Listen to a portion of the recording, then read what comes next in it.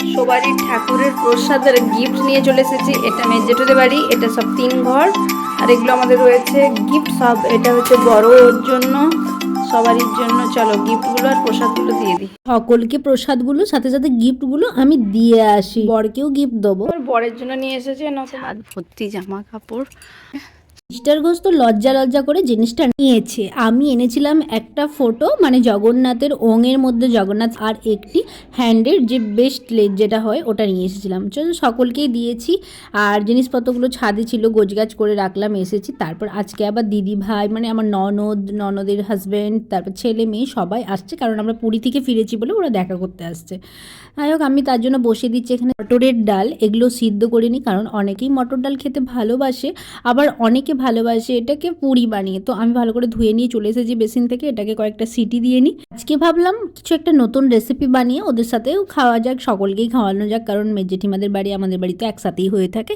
তাই আজকে ডাল পুরি বানাবো বলে সুন্দর করে এখানে ডালগুলোকে সিদ্ধ করতে দিলাম, কয়েকটা সিটি দিয়ে নিই। সিটি হয়ে গেলে সেটাকে ভালো করে একটা পুর বানিয়ে নেওয়া হবে ডাল পুরির জন্য। তো চলো আর কে কী বানাচ্ছে সেটা দেখি। যেহেতু অনেক সবাই ফ্যামিলি, তো সুন্দর করে এখানে বাজারগুলো মিস্টার ঘোষ নিয়ে এসেছে। তো সব বাড়ির জন্য হবে আজকে চিকেন মা না খেলেও আমরা সকলেই খাবো, তাই চিকেন বানানো হবে। চিকেন জেঠিমাদের বাড়িতে বানানো হবে, শুধু কাটাকুটিগুলো করে দেওয়া যাক। এখানে ধনে পাতা, পেঁয়াজ, আদা, রসুন, টমেটো, কাঁচা লঙ্কা এগুলো তো থাকেই, তা সুন্দর করে সবাই মিলে কোঁচাতে থাকছে। আর আমি ওদিকে ডালটা সিদ্ধ করতে দিয়েছি। তারপর দিদিভাইরা আসুক, ওদের সকলকে মিষ্টি জল দেবো। তার মধ্যে এগুলো সব রেডি করে রাখতে হবে, তো রাত্রি হয়ে যাচ্ছে অনেকটাই। আজকে বানানো হবে লেগ পিস চিকেন, বড় বড় চিকেন কারি। তার জন্য যে বড় লেগ পিস নিয়ে আসা হয়েছে। আর হবে ডালপুরি। ভেবেছিলাম যে আজকে বাটার নান করব, সেটা করতে গেলে অনেকক্ষণ দই নিয়ে ম্যারিনেট করে রাখতে হয়, সেটা সময় ছিল না বলে চিকেনটাকে ধুয়ে এখানে জল ঝরাতে দিয়েছি। বাড়িতে চলে এসেছে এই যে ভাগনা বেশ বড়ই হয়ে গেছে। ভাগ্নি, দিদি ভাই, ননদের হাজব্যান্ড সবাই, মানে নন্দায় সকলেই এসেছে। মিষ্টি নিয়ে এসেছে, আমাদের খাজা নিয়ে এসে, যেটা পুরী থেকে সবাইকে ভাগ করে দিতে থাকি। আর তারপর একটু কথা বলছি দিদি ভাইয়ের সাথে, যে ফটো দিদিভাইকে দেখাতে খুব পছন্দ হয়েছে। কেমন হয়েছে ঐশী? ভালো। ঐশীর জন্য এনেছিলাম এই চুড়ি দুটি, খুব নাচ শিখে ওর কিন্তু বেশ পছন্দ হয়েছে, দেখেই বোঝা যাচ্ছে। তো চলো খাবার দাবারের পর্বে আসি। ময়দা নিয়ে নিয়েছে, তার মধ্যে দিদিভাই তো হেল্প করবে, কারণ ও না থাকলে এত কিছু ভরসা করে আমি রান্না বান্নাতে এতটা পারবো না। তাই মিলেমিশে যেটা হয় সেটাই হবে। ওইখানে হচ্ছে জেঠিমাদের বাড়িতে হচ্ছে মাংসটা, আর এইখানে হচ্ছে ডালপুরি। তো সুন্দর করে বেশি করে একটু ময়ন দিয়ে কিলো ডেরেকের মতো ময়দা মাখা হয়েছে, কারণ অনেকজন যেহেতু ফ্যামিলিতে আছে তাই অনেকটাই মাখতে হচ্ছে। সুন্দর করে এখানে মাখা হয়েছে, আর এখানে সুন্দর করে তার মধ্যে ওটা মেখে নিয়ে কিছুক্ষণ ডোটাকে রেডি করে রাখা হয়েছে। আর এখানে টমেটো, ধনে পাতা, কাঁচা লঙ্কা দিয়ে এখানে সুন্দর করে একটা, যেটা আমাদের ডালপুরির জন্য যে মশলাটা বানানো হবে সেটা তৈরি করা হচ্ছে। তো চলো সুন্দর করে এখানে ডালগুলো সিটি দিয়ে রেখেছিলাম, তারপরে এখানে মশলাটা কষে তার মধ্যে ডালের যে সিদ্ধটা থাকে সেটা দিয়ে দেওয়া হবে।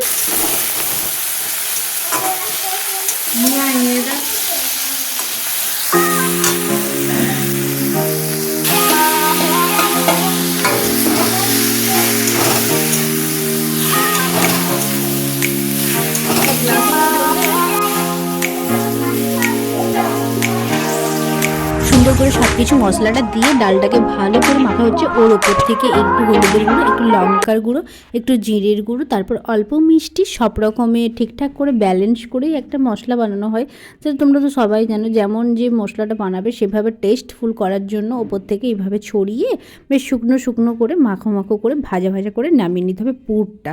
চলো পুর আমাদের প্রায় রেডির মুখে। ওপর থেকে একটু ডাল কাটা দিয়ে সুন্দর করে ডাল পুরের জন্য রেডি করে নেওয়া হয়েছে, কিন্তু কিছুটা আমার মনে হচ্ছে ডালটা গোটা রয়ে গিয়েছে, তার জন্য আবার একটু গ্লাসে করে দিদিভাইটা ম্যাশ করে দিচ্ছে, কারণ সুন্দর করে একটা পিনট পাড়া একটা পুর বানানোর জন্য রেডি। তো চলো পুরটাকে এবারে নামিয়ে নেওয়া যাক। সুন্দর করে হয়ে গিয়েছে, আর একটা শুকনো ভাবও হয়ে গিয়েছে। কড়াটাকে আমি ধুয়ে নিয়েছি, তারপর তেল কষা দেবো। আর ময়দা এখানে রেডি হয়ে গেছে। আর কীভাবে বানানো হচ্ছে সেটা দেখো। বেশি করে একটু ময়দাটাকে গোল করে নিয়ে তার মধ্যে একটু বেশি করে পুর ঢুকিয়ে সুন্দর করে মুখটাকে চাপা দিয়ে হচ্ছে, দিলেই তো তারপর উপর থেকে বেলে নিলেই রেডি হয়ে যায়। কম বেশি সবাই যেন এইভাবে বানানো হয়, তো আমার বাড়িতেও মাঝে মধ্যে হয়ে থাকে। অনেক সময় এই শীতকালের দিনে মটরশুঁটির কচুরি খেতে কম বেশি ভালোবাসে, আমারও সেটা বেশ ভালো লাগে, কিন্তু অনেকটা মটরশুঁটি কেটে এখন সমস্যা ঝামেলা, তার থেকে এটা ডালপুরি বানানো যাক। সুন্দর করে একটু বড় করে নেওয়া হয়ে গিয়েছে, পুর ভরে গোল করে করা হচ্ছে। তো চলো সবগুলো রেডি করে নেওয়া যাক। কিছুটাও হয়েছে, অনেকটাই তো পরিমাণে।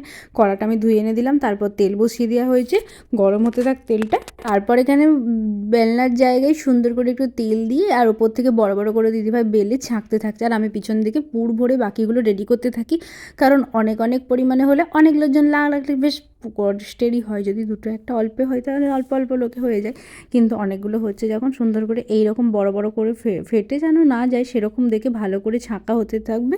আর বেলনাগুলো আগে কিছু বেলে নেওয়া যাক, আর তেলটা ভালো করে সেই সময়ে গরম হতে থাক। তোমরা এরকম খাবার কে কে খেতে ভালোবাসো বলো তো? আমার যারা আছে মানে বন্ধু, তাদের মধ্যে বলো তো তোমরা ডাল পুরি বেশি ভালোবাসো না মটরশুঁটির কচুরি খেতে বেশি ভালোবাসো? আমার তো দুটোই ভালো লাগে। যাই হোক, এটা করে সুন্দর করে বড় বড় বেলে হচ্ছে। আর এই যে যেই ডালগুলো একটু শক্ত রেখেছে, খুব আমি 80%-এর মতন ডালটা সিদ্ধ করেছিলাম, পুরো 100% করি না। তো এইখানে আমি আর এখানে দিদিভাই কিছুটা হেল্প করে সুন্দর করে বেলে দিচ্ছি ওই দিক থেকে, মানে কিছুটা পুর ভরে রেডি করে দিচ্ছি। আর দিদিভাই এইখানে গরম গরম ছাকতে থাকছে, আর সাথে সাথে একটু গল্প গুজবও চলছে, কারণ অনেক দিন পরে দিদিভাই এসেছে, গল্প হচ্ছে সবাই মিলে। তো চলো, সুন্দর করে দিয়ে দিয়েছি কড়ার মধ্যে। আর কি দারুণভাবে ফুলে বড় হচ্ছে, দেখে কিন্তু ভাবছিলাম ফুলবে কিনা তার ঠিক নেই, কিন্তু দেখলাম শেষমেশ ভালোই ফুলছে। এটা প্রথম দেওয়া হয়েছিল, কিন্তু দ্বিতীয়বারে যখন ভালো করেই হচ্ছে, বেশ সুন্দরভাবে বড় হয়ে ফুলছে কিন্তু। আর খেতেও টেস্ট ছিল অসাধারণ। তোমরা এইভাবে বাড়িতে ভালো করে বানিয়ে খেতে পারো। আর চলো বাকিগুলো সুন্দর করে ভাজতে থাক, আর আমি তার ফাঁকে ওগুলো যেগুলো হেল্প করার দরকার, তারপরে রাহি আছে, সবাই কুচে কাছারা আছে, খাবারগুলো রেডি করে দিতে থাকবো। আর মেজেঠুদের বাড়িতে জেঠিমা আর মা মিলে সবাই মিলে মাংসটা করে দিচ্ছে। প্রায় 3 কিলোর মতন মাংস আনা হয়েছিল, অনেকটাই পরিমাণে মাংস। দিদিভাইদের উনুনে মাংসটা হচ্ছে, আর আমাদের গ্যাসে এখানে সুন্দর করে এই ভাজাগুলো হতে থাকছে।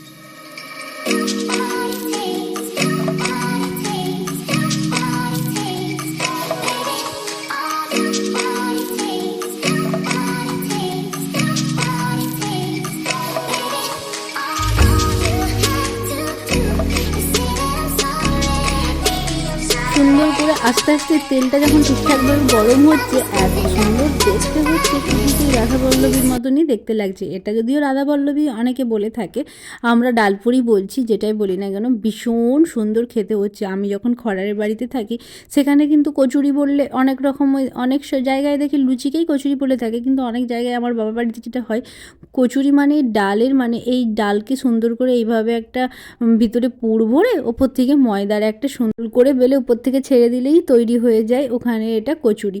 যাই হোক, সবাইকে কচুরি সাথে সাথে মাংস দিয়ে আমি খাবারগুলো বেড়ে সবাইকে দিতে থাকছি।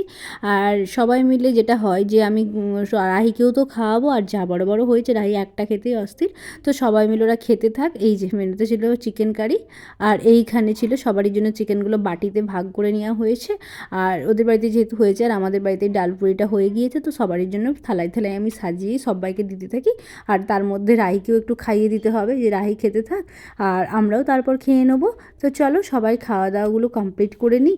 তারপর অনেকটা যেহেতু গোছগাছেরও ব্যাপার আছে, দিদিভাই বাড়ি চলে যাবে, থাকবে না তো, কারণ অনেকটা ওদের চাপেরও থাকে, ছেলেমেয়ের পড়াশোনা আছে, তাই সুন্দর করে পার্বণ তো দেওয়ারই থাকে। যে যে জিনিসপত্র বাজার থেকে নিয়ে এসেছে সব বস্তার মধ্যে ভরে, ওরা যেহেতু প্রাইভেট কারে করে আসে, তো ওদের গাড়িতে তুলে দেওয়া হবে জিনিসপত্রগুলো। সব সবজি বাজার থেকে কিনে আনা হয়েছে, আর বস্তার মধ্যে সব কিছু ভরে গুড়, নারকেল, সবজি, ফল সব কিছু দিয়ে, এটা বাঙালিদের একটা ধর্ম যে পার্বণে একটা মেয়ের বাড়িতে যায়। আমার শাশুড়িমার বাপের বাড়ি থেকে এসেছে, আমার বাড়ি থেকে, মানে আমার বাড়িতেও তো অনেক পার্বণ, কিন্তু থাকি তো 3টে মানুষ, কত আর খাওয়া যাবে। যাই হোক, দিদিভাইগুলো গোছগাছ করে ওদের গাড়িতে তুলে দেওয়া যাক। আর ব্লগটি তাহলে এখানে শেষ করছি। তোমরাও ভালো থেকো, সুস্থ থেকো, দেখা হবে পরের দিন।